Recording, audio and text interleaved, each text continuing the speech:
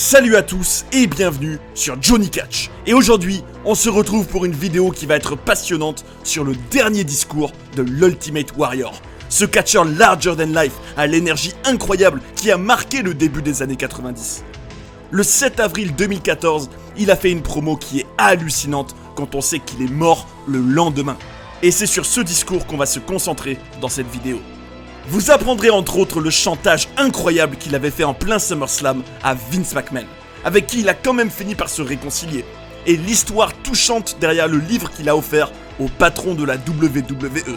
Comment Hulk Hogan a proposé au Warrior de coucher avec sa propre femme, et tout le mal qu'il pensait du leader des Hulkamaniacs avant de faire la paix avec lui. Et même comment la légende Jake Roberts prévoyait de le tataner à coups de rouleau de monnaie le jour du Hall of Fame en 2014. Et vous ne devinerez jamais pourquoi il avait demandé à Linda McMahon de faire son discours d'introduction ce soir-là. Vous êtes bien sur Johnny Catch, le dernier discours de l'Ultimate Warrior. C'est parti.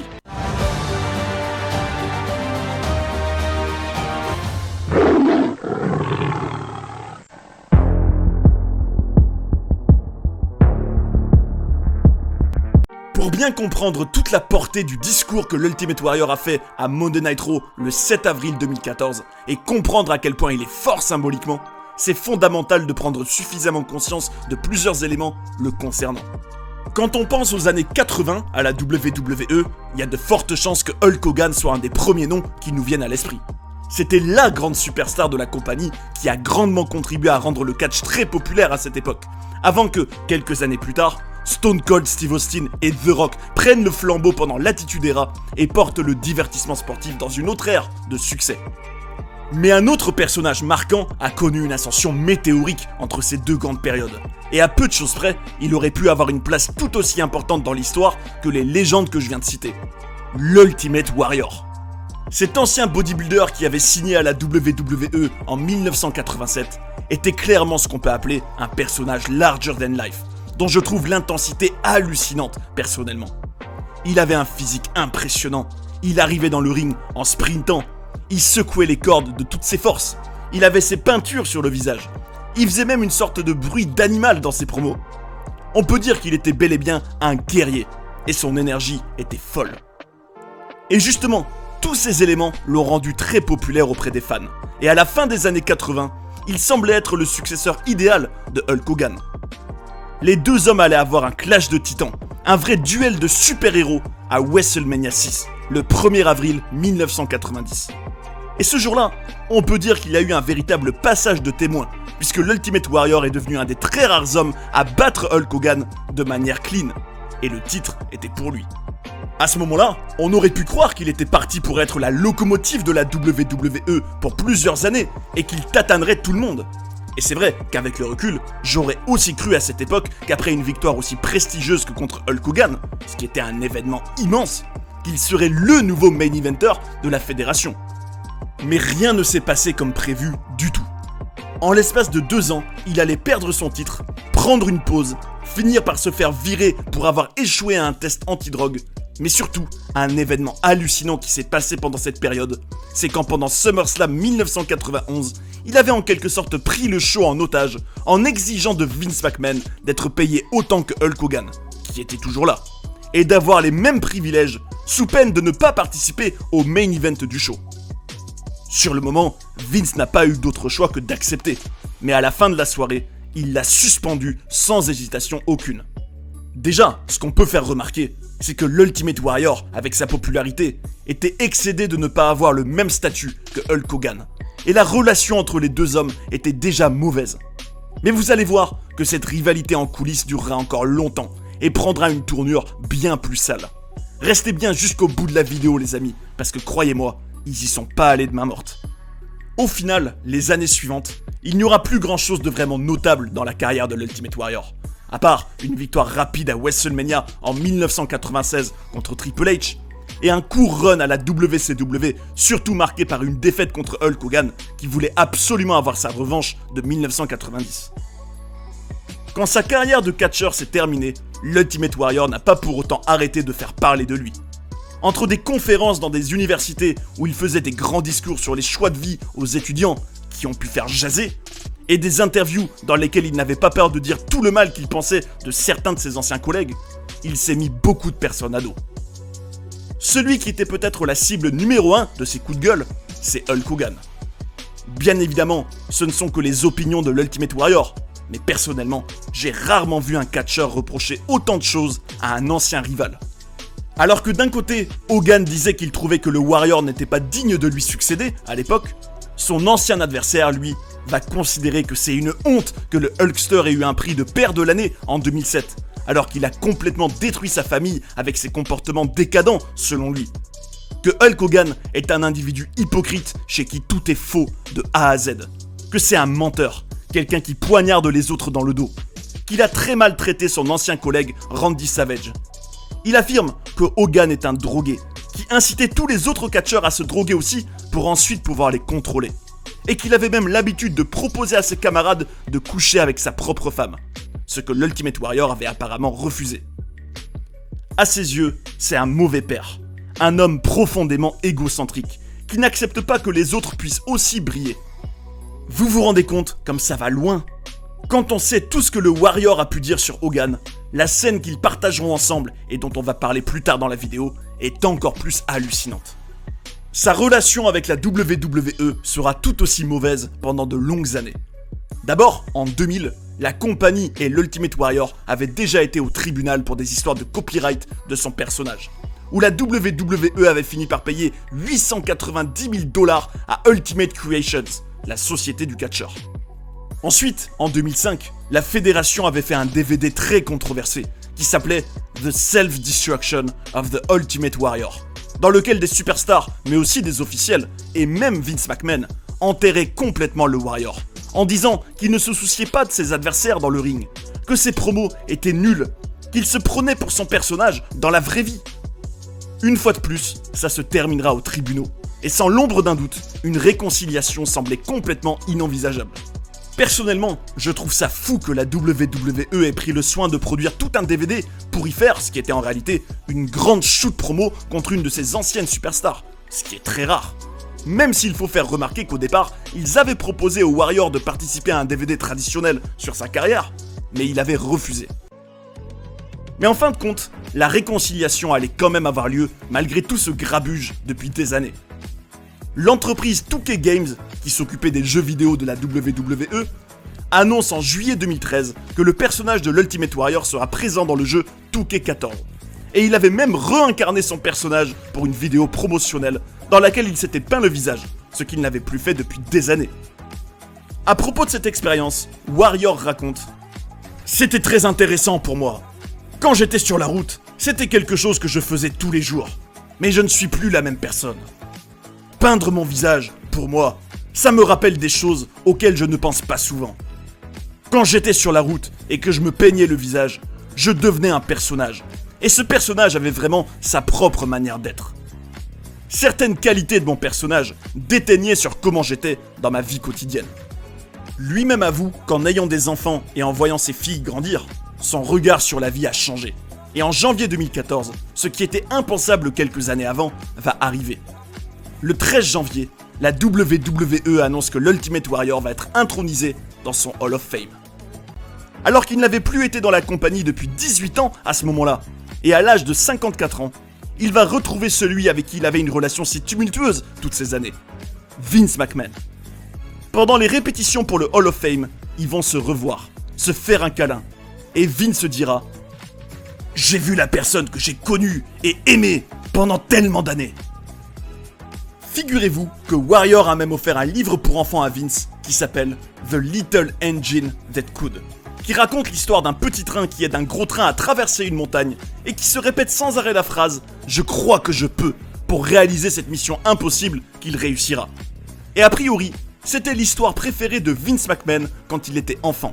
Et à ses débuts à la WWE, Vince disait à Warrior qu'il était comme ce petit train, qu'il ne devait jamais abandonner sous aucun prétexte.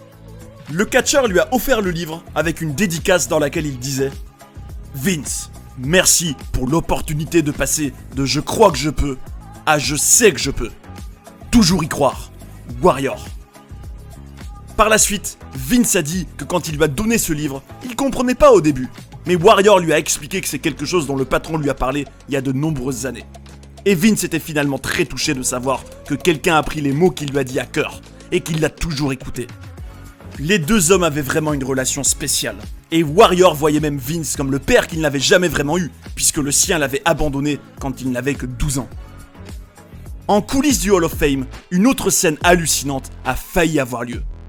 La légende Jake Roberts, qui était aussi intronisé dans cette édition, avait gardé une haine profonde pour le Warrior, à cause du comportement que ce dernier avait eu avec lui au début des années 90.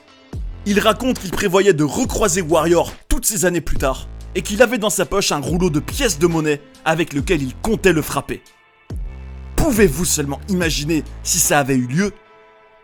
Heureusement, Warrior prendra l'initiative d'aller lui parler dans un moment où Roberts lui tournait le dos, et de s'excuser pour son comportement passé. Et là aussi, il y aura une réconciliation. Mais la réconciliation la plus marquante qui a eu lieu ce week-end-là, c'est celle entre l'Ultimate Warrior et Hulk Hogan. Alors qu'ils avaient lavé leur linge sale en public pendant des années, le Hulkster est allé lui serrer la main, lui a présenté ses excuses en lui disant qu'il l'aime et qu'il regrettait ses actions. Le Warrior a dit qu'il avait fait des erreurs lui aussi, et les deux hommes ont fait la paix.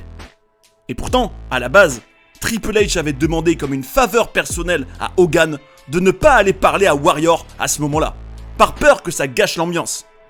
Au final, ça s'est très bien passé, et l'idole de toute une génération de fans a même eu droit à un beau discours d'introduction de Linda McMahon, la femme de Vince, ce jour-là. Figurez-vous d'ailleurs que Linda est la personne de qui Warrior était le plus proche à la WWE, et qui le comprenait le mieux. Ça lui arrivait même de l'appeler au téléphone pour lui dire tout ce qu'il ressentait et d'aller dormir chez les McMahon. C'est donc pour ça qu'il lui avait demandé de l'introduire. En tout cas, l'Ultimate Warrior a pu faire son discours au Hall of Fame, en disant notamment qu'être le père de ses deux filles était la plus belle chose qu'il ait faite de toute sa vie. Et selon Triple H, Warrior se sentait bien ce jour-là. Il avait tout le temps le sourire aux lèvres en coulisses. Il avait même eu droit à une grande ovation du public à WrestleMania 30.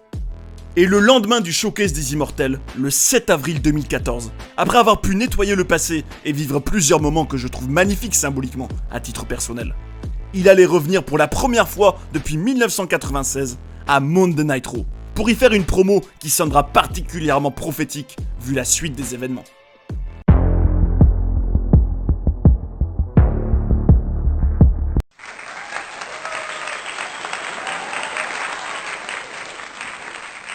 Parlez-moi, mes guerriers! Quand je pensais à ce que j'allais dire ce soir, ça a été difficile pour moi de trouver les mots. Alors tais-toi, Warrior, et laisse-moi m'occuper de ce discours. Aucun talent de la WWE devient une légende tout seul. Le cœur de chaque homme finit par avoir son dernier battement un jour. Ses poumons ont sa dernière bouffée d'oxygène.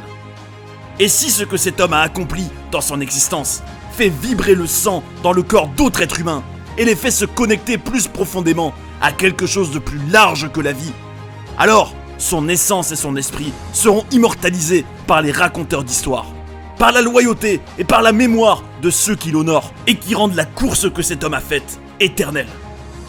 Vous êtes ceux qui ont fait la légende de l'Ultimate Warrior. En coulisses, je vois beaucoup de catcheurs qui ont le potentiel de devenir des légendes. Certains d'entre eux ont un esprit de guerrier, et vous ferez la même chose pour eux. C'est vous qui déciderez s'ils ont la passion et l'intensité en eux, à un point où vous ferez d'eux aussi des légendes. Je suis l'Ultimate Warrior. Vous êtes les fans de l'Ultimate Warrior. Et l'esprit de l'Ultimate Warrior continuera à courir pour l'éternité.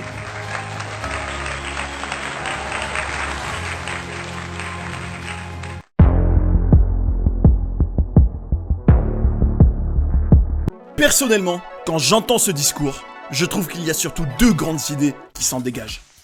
La première, c'est qu'il y fait d'une certaine manière un bilan de sa vie, en évoquant clairement l'idée de la mort. Comme s'il était sur le point de nous quitter et qu'il regardait une dernière fois vers ce qu'il a pu accomplir en étant le personnage de l'Ultimate Warrior. Il semble arriver à un stade intérieur où il sait qu'il peut partir en paix, parce qu'il a laissé derrière lui un héritage spirituel qui ne disparaîtra jamais. Le deuxième, à mon humble avis, c'est l'idée du passage de témoin. Cette idée que les fans vont maintenant devoir trouver une autre superstar à aimer et à encourager, qui soit digne de devenir une légende. On peut dire qu'il regardait vers l'avenir en espérant qu'un des catcheurs de la nouvelle génération deviendrait son successeur en termes d'intensité et de passion. Est-ce qu'il savait que sa fin s'approchait, ce qui expliquerait encore plus sa démarche de réconciliation? En tout cas, l'impensable s'est produit. Le 8 avril 2014, le lendemain de ce discours mémorable à Raw et quelques jours après être entré dans le Hall of Fame de la WWE, l'Ultimate Warrior décédait à l'âge de 54 ans. Apparemment, des personnes avaient déjà remarqué pendant le week-end qu'il transpirait beaucoup et qu'il respirait fort. Et il a été emporté par une crise cardiaque en sortant d'un hôtel à Scottsdale, dans l'Arizona. Il laisse derrière lui sa femme Dana, qu'il avait épousée en 1999, et ses 2 filles, Indiana et Matigan. C'est une tragédie qui a pris beaucoup de monde par surprise. Et le timing est vraiment hallucinant. Presque comme si c'était écrit qu'il devait avoir tous ses derniers beaux moments à la WWE avant de s'en aller. Et c'est beau que malgré tous les soucis en tout genre qu'il y avait eu depuis les années 90, l'Ultimate Warrior a pu finir son histoire sur une dernière note positive. La WWE créera même le Warrior Award en son honneur, qui récompensera chaque année des personnes qui vivent leur vie avec force et persévérance. Et d'ailleurs, figurez-vous que pendant son discours au Hall of Fame, il avait lui-même demandé à ce qu'un prix annuel soit créé pour honorer les individus qui travaillent dur dans les coulisses de la WWE, sans qui rien ne serait possible. En tout cas, à travers ce prix, on peut dire que son héritage survit. Et plus généralement, et comme il l'exprimait dans sa dernière promo, son esprit continuera toujours de courir parmi ses fans. Et c'est ça qui comptait le plus pour lui. C'est aussi la raison pour laquelle il avait changé de nom en 1993 en devenant officiellement Warrior aux yeux de la loi, et plus Jim Hellwig, son nom de naissance. Son personnage lui tenait énormément à cœur. Il avait conscience de l'influence positive qu'il pouvait avoir sur toute une génération. Et ce qui était plus important que tout pour lui, c'est que ses fans trouvent l'esprit de guerrier qu'ils ont en eux. Après une carrière tumultueuse qui s'est terminée par une ultime réconciliation, on peut dire qu'il aura réussi à écrire sa propre légende. Et c'est ainsi que se termine cette vidéo sur le dernier discours de l'Ultimate Warrior. En retraçant les événements marquants de sa carrière depuis le début des années 90, et notamment sa relation pour le moins mouvementée avec la WWE au fil des années, mais aussi avec son ancien rival Hulk Hogan, on a pu se rendre compte de toute la symbolique de sa dernière promo à Raw en avril 2014, et même des derniers jours de sa vie.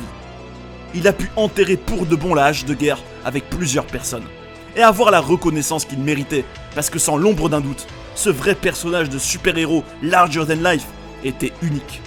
Et justement, ça me fait vous poser une question. Qu'est-ce que vous pensez de l'Ultimate Warrior? Est-ce que vous aimez bien son intensité et son univers vraiment singulier? Ou est-ce que vous le trouvez peut-être trop cartoonesque et un peu trop imbu de sa personne? Dites-nous ce que vous en pensez, ce sera intéressant de lire vos commentaires et de partager nos avis ensemble, parce que c'est le catch comme on l'aime. Si vous êtes fan de l'énergie de l'Ultimate Warrior, partagez la vidéo et abonnez-vous pour ne pas manquer les prochaines, c'est le meilleur soutien pour la chaîne. Un grand merci à ceux qui l'ont fait et à ceux qui vont le faire, on est ensemble. Prenez soin des vôtres et à bientôt sur Johnny Catch.